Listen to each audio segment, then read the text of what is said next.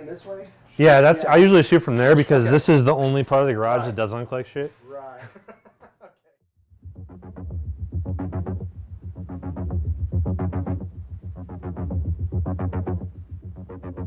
You wanted me to make a rail. I always try to make everything completely bomb-proof. So this is definitely like way overkill. It doesn't need to be this beefy, but you mentioned you wanted to have it be able to fit in your car so you could bring it around to different places.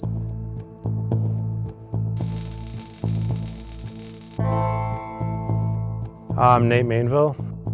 This is my house, my garage. It's pretty small, but I make do with it. I'm an aircraft structural mechanic by trade. I'm active duty in the Air Force. I've been in about 12 years now. That's where I learned how to do everything that I know how to do now. First thing I did was got a piece of 2x2 stock.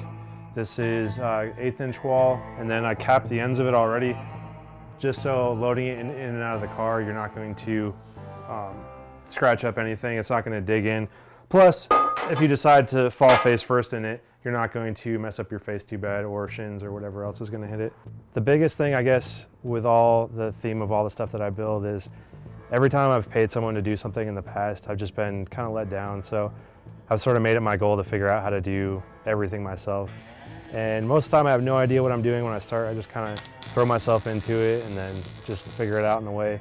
And I started doing my YouTube channel because I wanted to I think there's other people out there like that too, and I figure if I can do it, anybody else can. Hey everybody, today I'm going to show you how to make a super heavy duty, super portable storage solution for all your small parts, nuts and bolts, that kind of thing. See, it all came together pretty well. Hi guys, I got a really cool project for you today.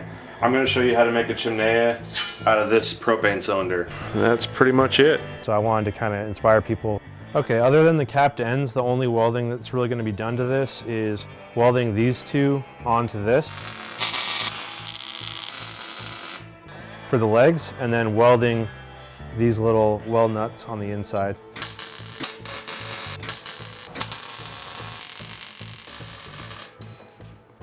You can buy these already made with bolts welded, or nuts I should say, welded into them.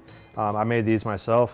Pretty much every project I end up doing, it kind of leads me into another thing. So once I learned how to weld sheet metal, then I'm like, okay, well now I want to build a motorcycle frame, so I need to learn how to weld tubing, and then welding tubing, you have to have a way to bend it, so that led me into figuring out how to bend tubing and everything. And then once I got done that, everything else sort of started there. So once I finish one project or get into a project I have no idea about, through the project I realize other stuff I want to do. Like for instance, the van behind me, I did all the metal work on it, got to get ready to go, and then realized that to do the upholstery in it, I'd have to pay someone thousands of dollars to do it the way I wanted to, or I could just buy the stuff and figure it out myself. So bought a sewing machine. I'm going to try to do that too. I have no idea how well it's going to go, but I'm sure I'll figure it out.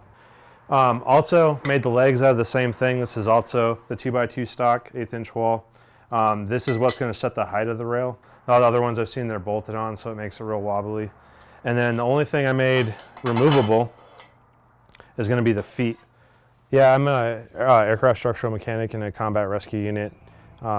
It's basically like if the aircraft gets shot or they crash land and break something, we're the mechanics that fix that. Yeah, I've been to the Middle East a couple times, other places around there, just kind of that whole area of the world I've been quite a bit. Yeah, I mean for our job, anything we do here is just training. But when we go to the Middle East, that's when we're actually doing our job. So anything we do over there is actually in direct support of saving people's lives. And they actually did a documentary about us. It's called Inside Combat Rescue.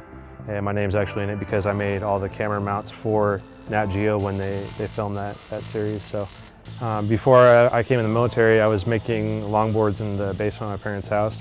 And I was going to school full-time, working full-time, and doing that. And so there's a lot of nights I didn't sleep at all. I would just do that all night. And I was selling them as fast as I could make them at that point. And then I decided like I needed to get more equipment, a warehouse, that kind of thing. So I went in the Air Force hoping to save up and then kind of do that after I got out. But I ended up really falling in love with metalworking once I came in and started doing that. So still make skateboards here and there, but not as much as the metalwork and bigger woodworking projects.